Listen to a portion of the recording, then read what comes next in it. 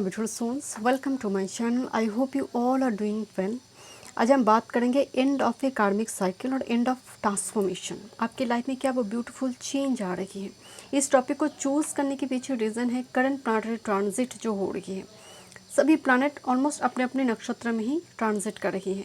Tarot से and में देखेंगे, उससे पहले हम थोड़ी एस्ट्रोलॉजिकल एस्पेक्ट एंड ट्रांजिट से जुड़ी कुछ इन्फॉर्मेशन देंगे और आप देखेंगे किस तरह से आपकी लाइफ के साथ वो रेजोनेट कर रही है। वर्तमान समय में केतु माघा में जस्ट शुरू हुई है एंड ऑफ मार्च, एंड ये राजनीति हो आपकी खुद की लाइफ में बहुत बड़ी कोई परिवर्तन लेकर आएगा। बट इस परिवर्तन जो कनेक्टेड है वो शनिदेव से, कर्म का जो लॉर्ड है वो उत्तर भाद्रपदा में है। उत्तर भाद्रपदा से जुड़ी कुछ इन्फॉर्मेशन हम अभी देंगे। उत्तर भाद्रपदा को अगर आप समझ जाते हैं, क्योंकि शनि आफ्टर 36 ईयर्स इस नक्षत्र में आते हैं, तो जब आप इस नक्षत्र को समझेंगे, आप आपकी करंट लाइफ में जो कुछ भी हो रही है उसके साथ आइदर उसको ठीक करने में और कोप अप करने में आपको कहीं ना कहीं एक रास्ता मिलेगा जब आप शनि उत्तर भाद्रपदा को समझ जाएंगे। तो मैं एंड में यहाँ पर टैरो से देखूंगी। बात करते हैं उत्तर भाद्रपदा। कहते हैं कि एक व्यक्ति की जब मृत्यु होती है तो 4 कंधों की ज़रूरत होती है। वो व्यक्ति एक फ्यूनरल कॉर्ड की थ्रू से वो शमशान घाट तक चलते हैं, वो संस्कार जो है, अंतिम जो रिचुअल्स है उसको फुलफिल करने के लिए। जो फ्यूनरल कॉर्ड आप देखते हैं जो 4 पहिए की है, वो जो पीछे का जो 2 पहिया होती है वो उत्तर भाद्रपदा से कनेक्टेड होती है। इसीलिए इसको इस तरह से भी बोला जाता है। देखिए, कोई व्यक्ति का मृत्यु हो गया, ठीक है, वो व्यक्ति का मृत्यु होने के बाद वो जो बॉडी है उसको जलाने के लिए या फिर उसको दफनाने के लिए वो एक प्लेस में जा रही है जहाँ पर उसको मुक्ति मिल जाएगा हमेशा के लिए, एटलीस्ट इस जन्म से। तो इसीलिए बोला जाता है कि पूर्व भाद्रपदा इस नक्षत्र जहाँ पर ट्रांसफॉर्मेशन शुरू होती है।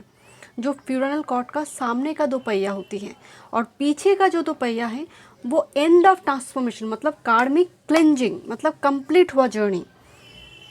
नाउ इसकी लॉर्ड शनिदेव है उत्तर भाद्रपदा के। तो जब भी शनिदेव उत्तर भाद्रपदा में आते हैं तो बहुत टफ साइकिल शुरू होती है। It's not like life will be झिंगा लाला, क्योंकि एक ट्रांसफॉर्मेशन एंड करेंगे शनिदेव, एक बहुत बड़ा कोई साइकिल को एंड करेंगे। जब तक वो उत्तर भाद्रपदा में इस साइकिल को एंड करेंगे, क्लिंजिंग प्रोसेस चलेगा।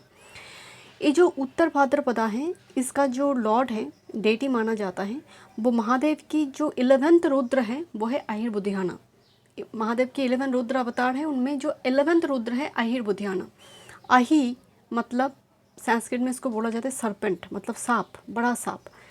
एंड द बुधियाना it's means the foundation of the world, मतलब एक ऐसा स्नेक जो काटेगा नहीं, जो जहरीले नहीं है, एक ऐसा स्नेक जिसके पास कॉस्मिक पावर है, जो महासमुंदर के नीचे एक डीप सी सरपेंट किंग जो एक मुद्रा या फिर मेडिटेटिव पोस्चर में बैठा हुआ है, एंड उसके पास कॉस्मिक पावर है उसके पास।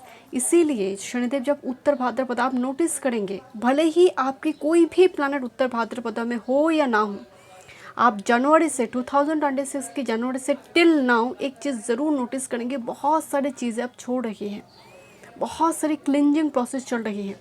क्लिंजिंग कैसे चलेगा? आत्म मंथन चल रही है, क्योंकि उत्तर भाद्रपदा में एक डीप स्पिरिचुअल अवेकनिंग होती है, एक मिस्टिकल पावर कनेक्ट होती है इसके साथ। इसीलिए इस नक्षत्र की जो बर्ड है वो आउल है। आउल का मतलब नॉलेज, विजडम, इंट्यूशन, परजिवियरेंस, एंड उत्तर भाद्र के पास मतलब ब्यूटीफुली परजिवियरेंस पावर होती है। इतनी धैर्य, इतना पेशेंस। आप देखेंगे जनवरी से लेकर अब तक आप किसी चीज़ के लिए बहुत हड़बड़ी नहीं कर रही है, एक पेशेंस है, परजिवेंस है। इसीलिए मैंने आपको बताई कि शनि जब उत्तर भाद्रपदा में आएगा अपना स्वरूप ज़रूर दिखाएंगे, अपना वो जो एनर्जी है शनिदेव का वो आप हम सब में वो दिखेंगे। परजिवेंस मतलब धैर्यपूर्वक किसी चीज़ का वेट करना। फीमेल काव इसके साथ जुड़ जाते हैं योनि के रूप में, गौ माता, जो अपना अमृत दूसरों को भी देते हैं, पोषण करते। तो इस नक्षत्र में एक पोषण करना, दूसरों के लिए सैक्रिफाइस करना, एक एम्पैथी रहना, ये इस नक्षत्र का एक स्वभाव भी है। इसीलिए फीमेल योनि, फीमेल काव योनि के रूप में इसको समझाया जाता है। बिकॉज गोमाता कैसे होती है, बहुत शांत स्वभाव की आप देखते हैं, वो अपना दूध मतलब संसार को भी दे रहा है अपने बच्चे के साथ साथ। तो एक सैक्रिफाइस का एक जो डोमेन है वो भी उत्तर भाद्रपदा में दिखने को मिलती है। दूसरा है नीम ट्री। नीम ट्री आप देखेंगे ड्यूरिंग दिस टाइम फ्रेम, नीम पेड़ पौधा आप लगा रही हो, नीम लीव्स कंज्यूम कर रही हो, खाने में हो सकती है, किसी ना किसी वे से वो भी कनेक्टेड होगा। अगर नहीं हो रही तो कनेक्ट करना चाहिए आपको। इसीलिए कई कबार आप सुनेंगे आयुर्वेद में बोला जाता है कि नीम की जो हवा है, नीम ट्री की जो हवा है वो भी अच्छा है। जैसे तुलसी पौधा घर में रखने से बहुत सारी चीज़ें पॉजिटिव होने लगती है, नेगेटिविटी रिलीज़ होती है, बहुत सारे ऐसे बैक्टीरिया भी होते हैं जो नहीं आते हैं, वायरस बैक्टीरिया। तो नीम में भी वो एंटी बैक्टीरियल प्रॉपर्टी होती है। तो आप देखेंगे उत्तर भाद्रपदा में अगर आपकी कोई प्लैनेट है उससे जुड़ी, जिस भी हाउस में वो नक्षत्र लेकर वो प्लैनेट बैठा हुआ है, उस हाउस में बहुत निचोट है। उस हाउस से जुड़ी इमेच्योरिटी आप कभी शो नहीं करेंगे, बिकॉज उसमें शनि का एंड महादेव लॉर्ड 11th जो रुद्र है वो कनेक्टेड है। यहाँ पर वो नो नॉनसेंस वाला एटीट्यूड दिखने को मिलती है।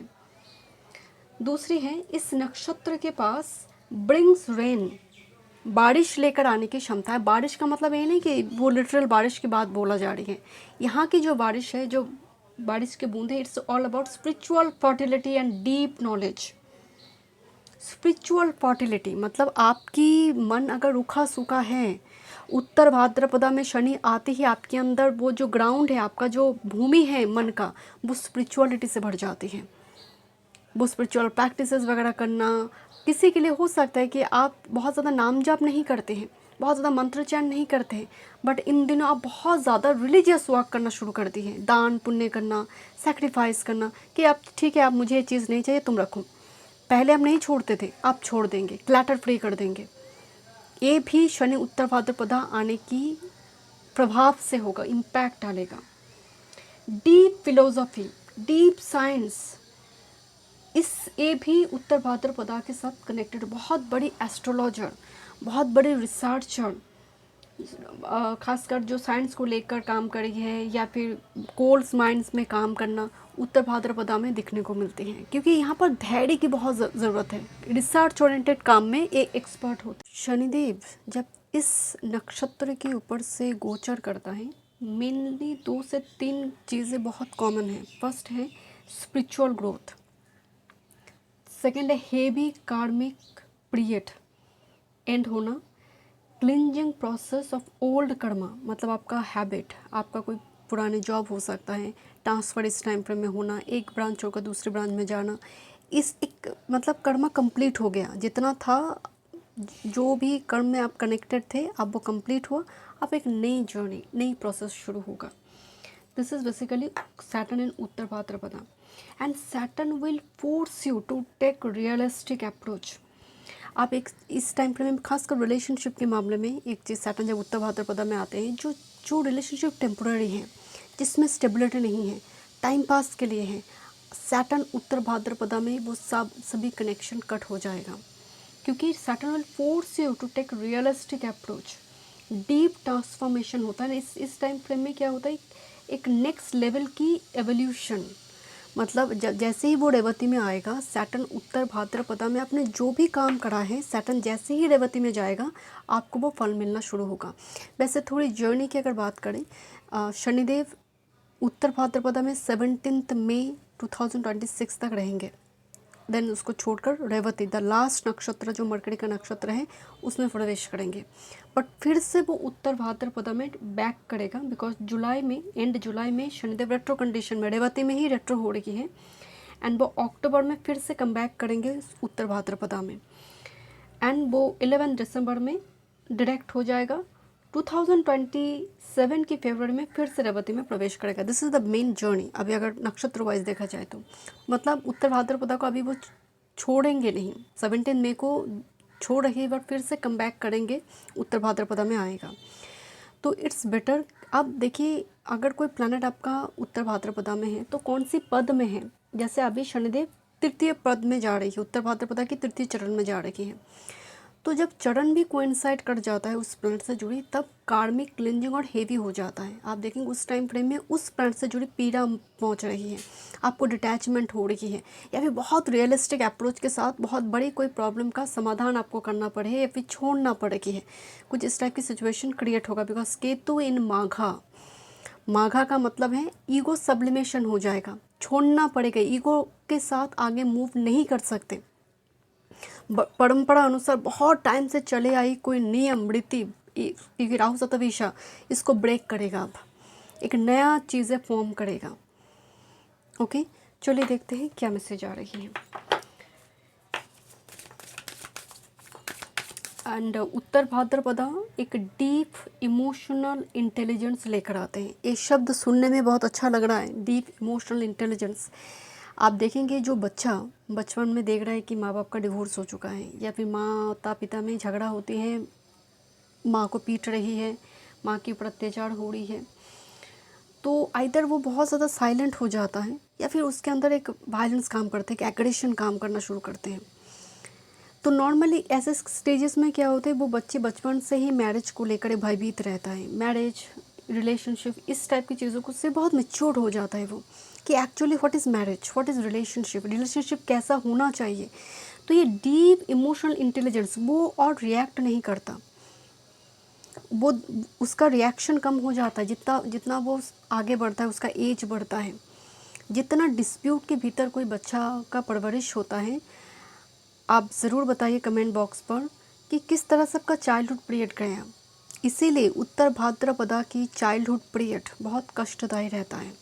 अगर मून उत्तर भाद्रपदा में हो, लगन उत्तर भाद्रपदा में हो, और मेजर प्लैनेट अगर उत्तर भाद्रपदा में है, तो चाइल्डहुड, इवन पंचम का मालिक, चतुर्थ का मालिक अगर उत्तर भाद्रपदा में है, तो दिखने को मिलता है कि चाइल्डहुड पीरियड थोड़ी कष्टदायी रहता है। जो फैसिलिटीज़ रहना चाहिए, मिलना चाहिए, वो नहीं मिलती है, एंड एक नेग्लेक्टेड महसूस करता है बच्चा एवरी टाइम। लैटर लाइफ में फ्लरिश करता है। Uttara Bhadrapada the lucky feet, and इस नक्षत्र के साथ और दो डेटी जुड़ी होती है, वो है लॉर्ड विष्णु एंड माता लक्ष्मी। तो उत्तर भाद्रपदा की अगर फीमेल हो, वो जब तक जिस घर में है उस घर में अन्न की कमी नहीं होगा, मतलब उस घर में पैसे की कमी नहीं होगा, किसी ना किसी वे से पैसा मनी आता रहेगा। ओके, लेट्स सी, देखते हैं end of tough cycle, end of transformation, क्या कलेक्टिव मैसेज आ रही है।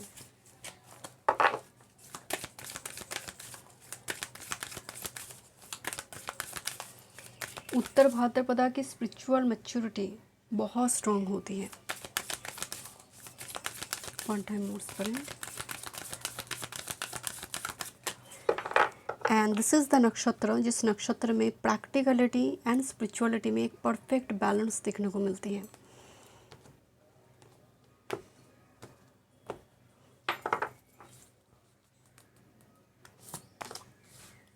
Thank you.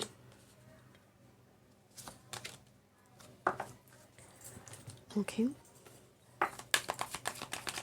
And of a tough cycle क्या आ रही है आपके लाइफ में।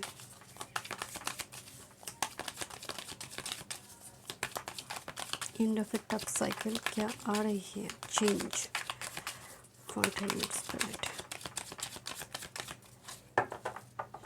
This is the card of judgement. Judgement का मतलब एक नेक्स्ट लेवल का एक वर्शन आना, नेक्स्ट लेवल ऑफ एवोल्यूशन, एक रेवोल्यूशनरी चेंजेस। एवोल्यूशन के साथ रेवोल्यूशनरी चेंजेस को मैं इसलिए ऐड कर रही हूँ बिकॉज राहु सतविषा में है। ओके, देखते हैं what's the change, shift, but this is the time. Look at this the card of hermit. एक व्यक्ति जो जैसे अंधेरे एक रूम में जैसे रो रही है, एंड वो सोच रहा है कि कब तक स्थिति ठीक होगा, चेंज होगा। अगर इस कार्ड को आप गौर से देखेंगे ना, पैर में नेल पॉलिश पहना हुआ है, फुल बॉडी नेकेड है, पैर में नेल पॉलिश है, एंड होठों में लिपस्टिक है, एंड एक आँख खुली है, दूसरी आँख बंद है। इसको इस तरह से दिखाया गया है कि लुक्स लाइक कि चीज़ें, इसका मन हो रहा है कि मैं लिपस्टिक पहनूं, मैं थोड़ी नेल पॉलिश वगैरह थोड़ी सुंदर तरीके से मैं सज सवर कर बाहर जाऊं। देन वो सोच रहा है देखेगा कौन, मैं तो सज सवर कर जा रही हूँ, देखेगा कौन। सो यहाँ पर एक दिखाया गया है कि एक रियलिस्टिक अप्रोच है कि अगर मुझे सुंदर लगना है या फिर मुझे सुंदर तरीके से सजना भी है तो मैं ही अपने आप को लेकर नाज करूँगी। अब मुझे और किसी और की ज़रूरत नहीं है, अप्रूवल की ज़रूरत नहीं है, क्योंकि हर्मिट का मतलब सिर्फ block, suspended pause, loneliness, trauma, depression के साथ हर्मिट जुड़ी नहीं होती है। टैरो में हर्मिट तपस्या है, साधना है, एक जलना पड़ता है इस एनर्जी में। एंड जब वो जल कर एकदम एक फिनेक्स राइजिंग के मोड में आते हैं, उसके बाद ही व्हील ऑफ फॉर्चून आते हैं, बिकॉज टैरो में हर्मिट के बाद व्हील ऑफ फॉर्चून आते हैं। नाउ इट्स योर टाइम, क्या हम कहते हैं ना कि समय सबका आएगा, तो इस टाइम को पार करने के बाद समय आता है, that's the wheel of Fortune. तो हो सकता है दिस इज़ द टाइम। आप में से शायद बहुत से लोगों को दांतों से जुड़ी कुछ दिक्कत हो रही है और आँख से जुड़ी कुछ दिक्कत हो रही है। यहाँ पर ना दांतों में बहुत ज़्यादा गैप, जैसे दांत उठाया गया है, दांत से जुड़ी कुछ दिक्कतें और आँख रिलेटेड इशू। एंड इस बॉडी को अगर आप देखेंगे, जैसे स्केलेटन बाहर निकल कर आई है, जैसे बहुत टाइम से हड्डी से जुड़ी प्रॉब्लम है, या फिर जो फूड ज़रूरत है, बॉडी को न्यूट्रिशन की ज़रूरत है, वो नहीं पहुंच रही है। आइदर आप स्किप कर रही हो मील, और वो कहते हैं कि समटाइम्स बॉडी कुछ फूड को रिजेक्ट करते जा रही है कि उतना ही खाना खा रही हूँ जितना जीने के लिए ज़रूरी है। Now what's the change? कार्मिक साइकिल, प्रोटेक्ट योर एनर्जी, जो सैटर्न उत्तर भाद्रपदा के साथ ब्यूटीफुली मैच करता है, क्योंकि ये एक ऐसा नक्षत्र है जहाँ पर मिस्टिकल एनर्जी जुड़ी रहती है, डीप कॉस्मिक वाटर। क्योंकि एक स्नेक जो महासमुंदर के नीचे तपस्या में लीन है, उसके पास पावर है, वो कभी भी जाग सकता है। एंड जब वो जागेगा, दैट्स द अहिर बुधियाना, अहि मतलब स्नेक, बुधियाना मतलब the foundation of the world, तो वो चेंज कर देगा, एक बहुत बड़ा कोई चेंज करेगा। दिस इज़ द स्नेक जो काटेगा नहीं, जहरीले नहीं है, वो स्नेक जो नरिशमेंट प्रोवाइड करेगा, एक बहुत बड़ी स्पिरिचुअल शिफ्ट लेकर आएगा। तो जैसे आप अभी करंट टाइम फ्रेम में अपनी एनर्जी को प्रोटेक्ट करते हुए दिखाई दे रही है, protect your energy, this is the past life healing.